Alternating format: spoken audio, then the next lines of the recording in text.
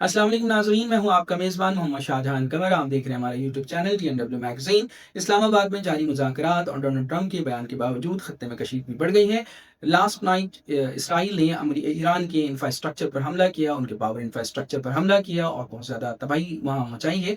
अगरचे ये बात की गई थी डोनाल्ड ट्रंप की तरफ से कि ये सीज़ फायर है फॉर 5 डेज़ और 6 डेज़ और कपल ऑफ वीक्स, लेकिन ऐसा कुछ भी नहीं है। इसराइल की तरफ से जो है वो सीज़ फायर की बिल्कुल खुल्लम खुल्ला खिलाफ वर्जी की जा रही है, वो कंटिन्यू ईरान पर हमला कर रहा है। अब जाहिर सी बात है, जब ईरान ईरान पर हमला होगा तो ईरान उसे बदला ज़रूर लेगा, और हमने माजी में भी देखा है जब से ये जंग शुरू हुई है, ईरान मस्ट रिटेलिएट, वो लाजमी कुछ ना कुछ एक्शन का रिएक्शन ज़रूर देता है। अगरचे खत्ते के बड़े पावर प्ले जो कि पाकिस्तान इस रीजन के अंदर है, जिसमें सऊदी अरबिया है, मिस्र है, टर्की है, पाकिस्तान है और दूसरे ममालिक जो है पीस टॉक में इन्वॉल्व है, और वो ये चाह रहे हैं कि अमन मुज़ाकरात के ज़रिए कोई हल निकाला जाए। लेकिन बज़ाहिर इसराइल का ऐसा कोई इंटेंशन नज़र नहीं आ रहा, वो मुज़ाकरात की तरफ नहीं जाना चाहता, उसे सिर्फ जंग चाहिए।